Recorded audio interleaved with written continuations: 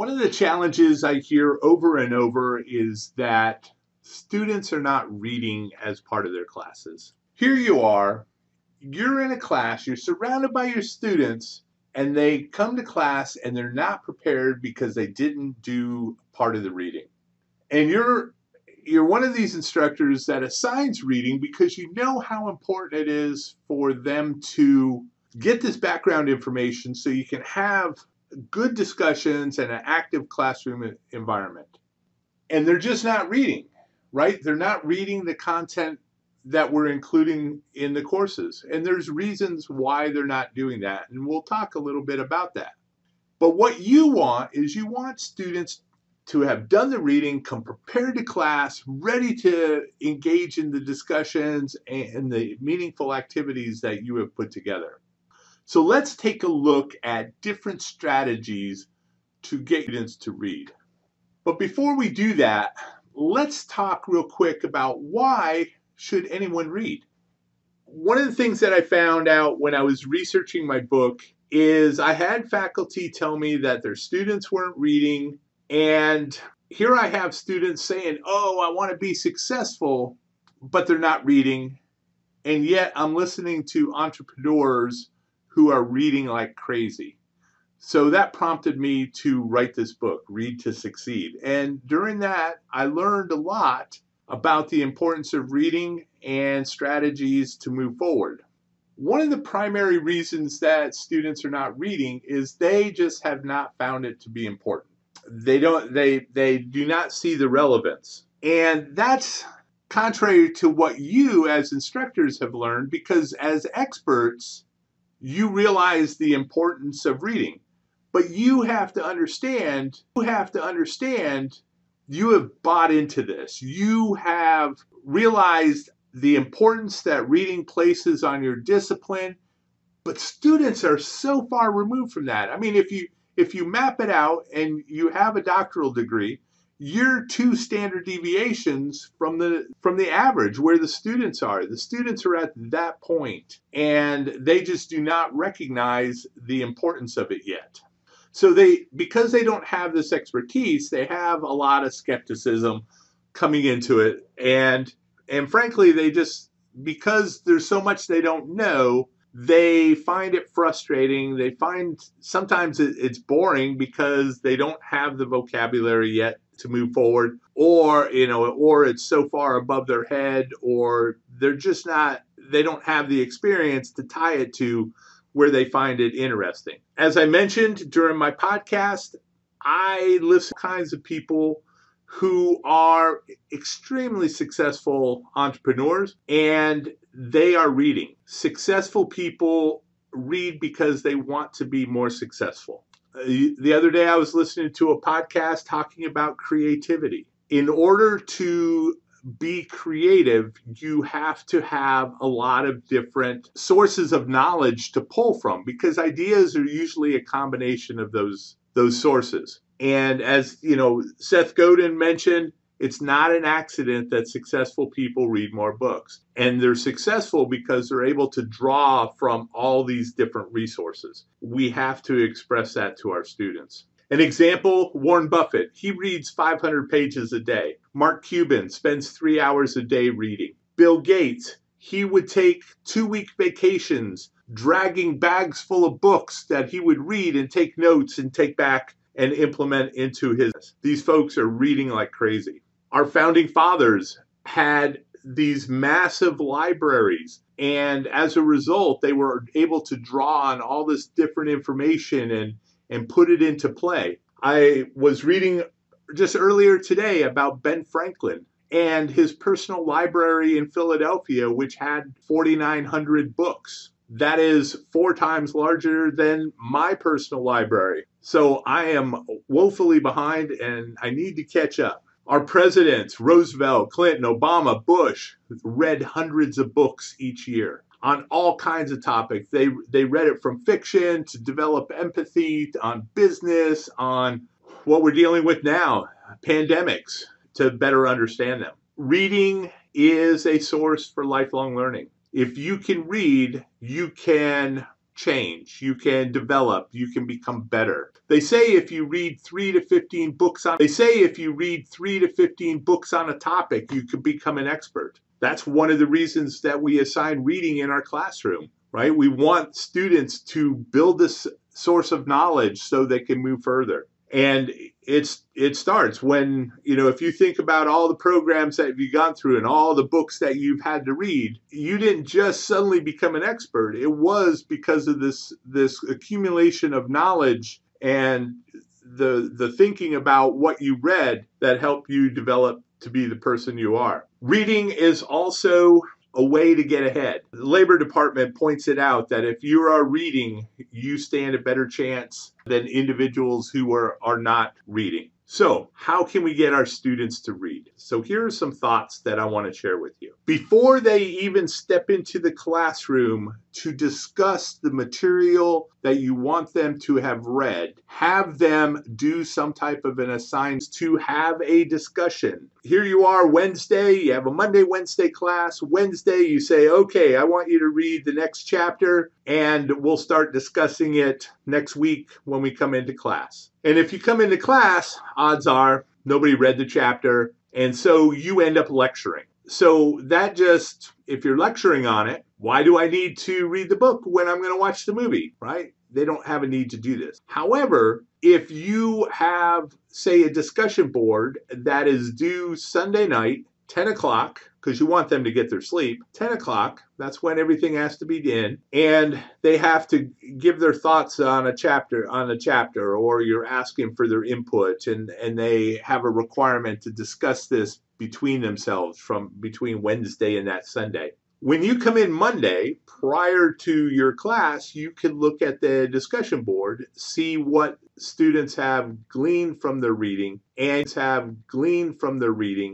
you start your discussion in a different place than not knowing if students read, right? You can understand quite a bit from looking at discussions to see how far they read. So that's one idea. Big thing is don't lecture over material in the chapter. Conduct an activity that requires that information. Now, I'll be honest with you, the first couple classes, this could be a little rough, but they will figure it out and they will start doing the reading so they can apply it in class. But if you break down and lecture to them, you're just reinforcing the fact that they do not need to read the chapter. Part of them reading is you may have a guided a learning guide that you want them to fill out based on their chapter reading. And that is to be turned in as part of the reading assignment. So, develop some learning prompts that they have to read in order to fill out, grade it. Another way to do this is to have a reading journal where they are supposed to take notes based on what they're reading, and you are to review those notes. But before you do this, learn about journals, learn about why it's important to lifelong learning, and really explain to students why these journals are important. And from there, build upon that, because it can be a very valuable exercise. In my history, I've had some journaling assignments. Did not go well because it was just journal, but I had no idea what journaling was about. So I felt those exercises failed because I didn't have more knowledge about what I really needed to do. You can also, as students walk into the class, submit questions that they have based on the reading to include page numbers, right? I mean, this is probably a lower level assignment that students can rapidly go through their book, write out some questions, right? But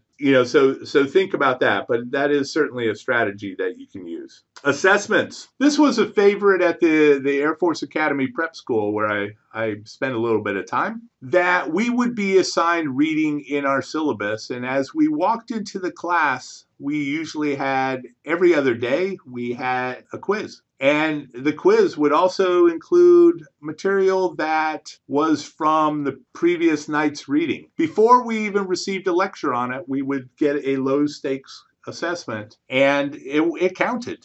Right? It counted part of our grade. Part of this was to teach us to be self-directed learners.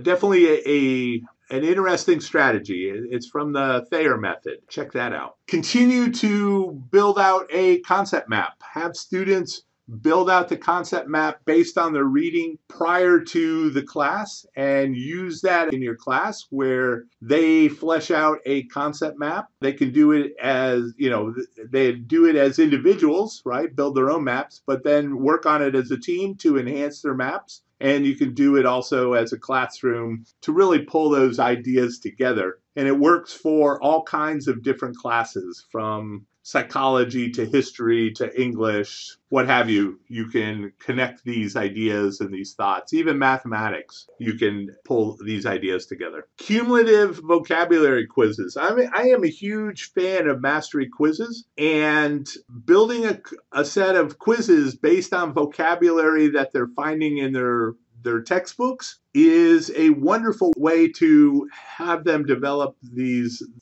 vocabulary that they're going to use not only in your class but other classes. You create these quizzes that are randomly drawn questions, and I would recommend that they have to ace the quizzes before they got credit for them. Can be a very powerful tool, but I would start based on the reading that they were supposed to do. The other thing is just model this constantly. Every day that you come into class, talk about books that you are reading and why they're important, and what you've gained from these books, and the fact that reading is essential. Just like I pointed out, these entrepreneurs, these business professionals, these leaders across the spectrum, that they're going out and reading, and why it's important and why they should learn to become experts at this idea. And you can start by modeling what you are doing in terms of your reading, talking about books that you're getting ready to read and books that you just finished, and maybe a